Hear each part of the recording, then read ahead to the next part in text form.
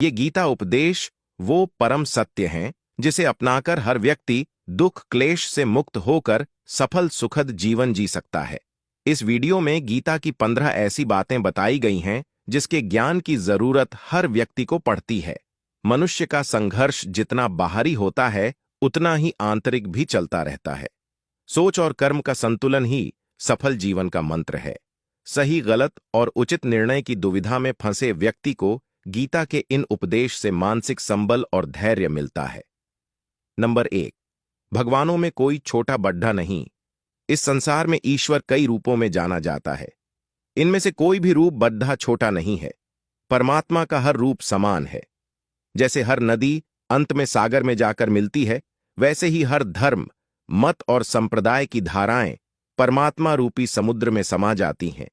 यह संसार परम पिता का ही स्वरूप है। वो हर कण में विद्यमान है। नंबर 2, अधिक शक करने वाला कभी खुश नहीं रह सकता। श्री कृष्ण गीता में कहते हैं कि संशय करने वाले का विनाश हो जाता है, इसलिए संदेह करने से बचें। अधिक संदेह करने से मन की शांति भंग हो जाती है और व्यक्ति भ्रमित होकर अपने संबंधों को नष्ट कर डालता है। जिसे शक करने की आदत पड़ जाती है उसे इस लोक या परलोक में भी शांति नहीं मिलती। सत्य की खोज ठीक है, लेकिन बिना सच जाने कल्पनावश होकर संदेह करने का अंत दुख क्लेश पश्चाताप के रूप में होता है। नंबर 3, कर्म सबसे ऊपर आता है। श्री कृष्ण अर्जुन से कहते हैं कि व्यक्ति कर्म करने के लिए ही पैदा हुआ है और बिना कर्म किए कोई रह नहीं सकता। फल की चिंता करना व्यर्थ है, क्योंकि इससे मनुष्य का मन काम से भटकने लगता है। किसी कर्म से सफलता नहीं मिलती तो क्या हुआ, असफलता भी ज्ञान के द्वार खोलती है। अगर बिना फल की चिंता किए कर्म करते रहोगे तो सफलता और मन की शांति जीवन भर तुम्हारा साथ नहीं छोड़ेगी। जो कर्म फल से विरक्त होकर कर्म करता जाता है उसका आध्यात्मिक ज्ञान बढ़ता जाता है। नंबर 4, हमेशा स्वार्थी होना गलत है। जो व्यक्ति हमेशा स्वार्थ प्रेरित होकर फल की चिंता करते हुए कर्म करते हैं और सिर्फ फल ही उन्हें कर्म करने को प्रेरित करता है, ऐसे लोग दुखी और बेचैन रहते हैं, क्योंकि उनका दिमाग हमेशा इसी उलझन में फंसा रहता है कि उन्हें क्या फल मिलेगा। स्वार्थी व्यक्ति सुखी नहीं रह पाता और ऐसे व्यक्ति से कोई भी संबंध नहीं बनाना चाहता।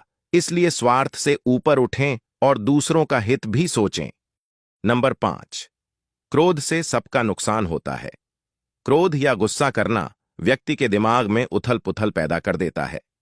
आवेश में विवेकहीन होकर कई बार व्यक्ति अपना ही नुकसान कर बैठता है या फिर अपनी ही मानसिक शांति को भंग करके खुद को कष्ट देता है। क्रोध की अग्नि में बुद्धि और तर्क नष्ट हो जाते हैं और व्यक्ति बिना विचार किए बस अपने अहम की तुष्टि करने वाले काम करता है। गुस्सा व्यक्ति की विचार शक्ति को पंगु बना देता है और भ्रम पैदा करता है। नंबर 6, विश्वास की ताकत। तुम अपने विश्वासों की उपज हो। तुम जिस चीज में विश्वास करते हो तुम वही बन जाते हो। जो स्वयं पर विश्वास करते हुए लक्ष्य की ओर बढ़ते रहते हैं उन्हें सफलता जरूर मिलती है। अगर व्यक्ति अपने लक्ष्य के लिए कर्म में पूरे मन से लग जाता है और उसे कर्म करने से खुशी मिलती है तो सफलता उससे दूर नहीं। नंबर 7, मृत्यु से भय व्यर्थ है। हर व्यक्ति के मन में मृत्यु का भय होता है। इस संसार का जब से निर्माण हुआ है तब से जन्म मृत्यु का चक्र चलता आ रहा है। यह प्रकृति का नियम है। इस सत्य को स्वीकार करके भय मुक्त होकर आज में जीना चाहिए। किसी को भी आने वाले पल के बारे में कुछ नहीं पता होता, लेकिन इस संशय में भयभीत रहने से जीवन नहीं जिया जा सकता। नंबर 8, मन पर कंट्रोल जरूरी क्यों है। मन का स्वभाव है कि ये आसानी से भटक जाता है। अगर जीवन को सफलता की दिशा में ले जाना है तो मन को काबू करना बहुत जरूरी है। श्री कृष्ण कहते हैं कि बार बार प्रयास करने से धीरे धीरे चंचल मन को वश में किया जा सकता है। मन को वश में करने से दिमाग की शक्ति केंद्रित होती है, जिससे कार्यों में सफलता मिलने लगती है। अगर मन को वश में नहीं करोगे तो ये आपका सबसे बड़ा शत्रु बन जाता है। नंबर 9, कर्तव्य पालन जरूरी है।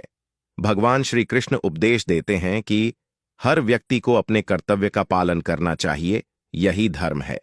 अगर अपने कर्तव्य का पालन नहीं किया जाता है तो मन में अशांति और दुख प्राप्त होता है। अपनी पसंद नापसंद, मोह बैर को किनारे रखकर अपना कर्तव्य करो।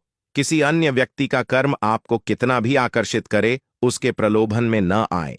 कष्ट में रहते हुए भी अपना कर्म करना दूसरे की नकल करने से श्रेष्ठ है। अपने कर्म और कर्तव्य का पालन ही जीवन का सही मार्ग है, क्योंकि कर्म करना अकर्मण्यता से हमेशा बेहतर है। कर्तव्य में दोष देखकर पीछे न हटें, क्योंकि हर कर्म में कोई न कोई छोटा बड्ढा दोष हो सकता है। जैसे अग्नि के साथ धुआं भी होता है। सदैव कर्म करो। कर्म करने से पहले विचार करो, लेकिन बहुत ज्यादा विश्लेषण मत करो। अधिक विश्लेषण संशय और अकर्मण्यता पैदा करता है। नंबर 10, ध्यान करने से परमात्मा को अनुभव किया जा सकता है। श्री कृष्ण कहते हैं कि शारीरिक कर्म से ज्ञान का मार्ग उच्च है और ज्ञान मार्ग से भी ऊपर ध्यान मार्ग है। ध्यान मार्ग पर बढ़ाने से ईश्वर को अनुभव किया जा सकता है।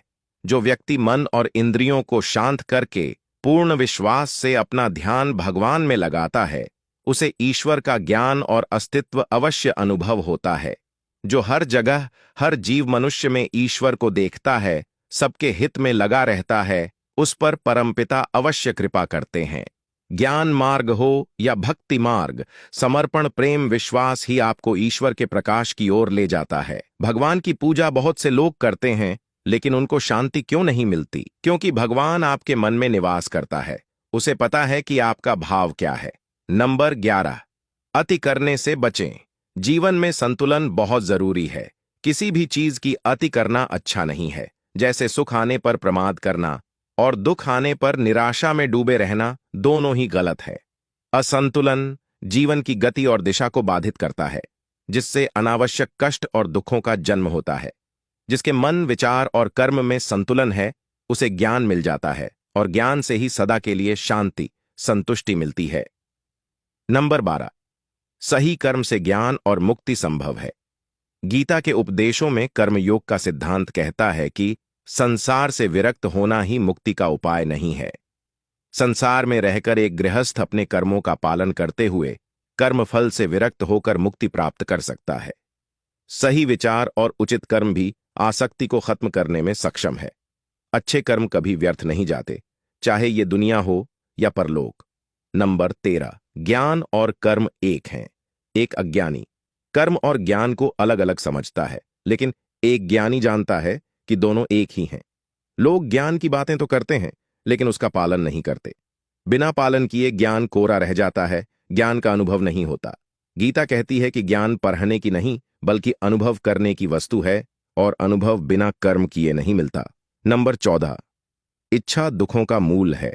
इस संसार में जितनी भी चीजें सांसारिक सुख की श्रेणी में आती हैं, उनकी एक शुरुआत और अंत जरूर होता है। इन सांसारिक सुखों का अंत दुख, कष्ट और दुर्गति के रूप में होता है। इच्छाओं का अंत नहीं है।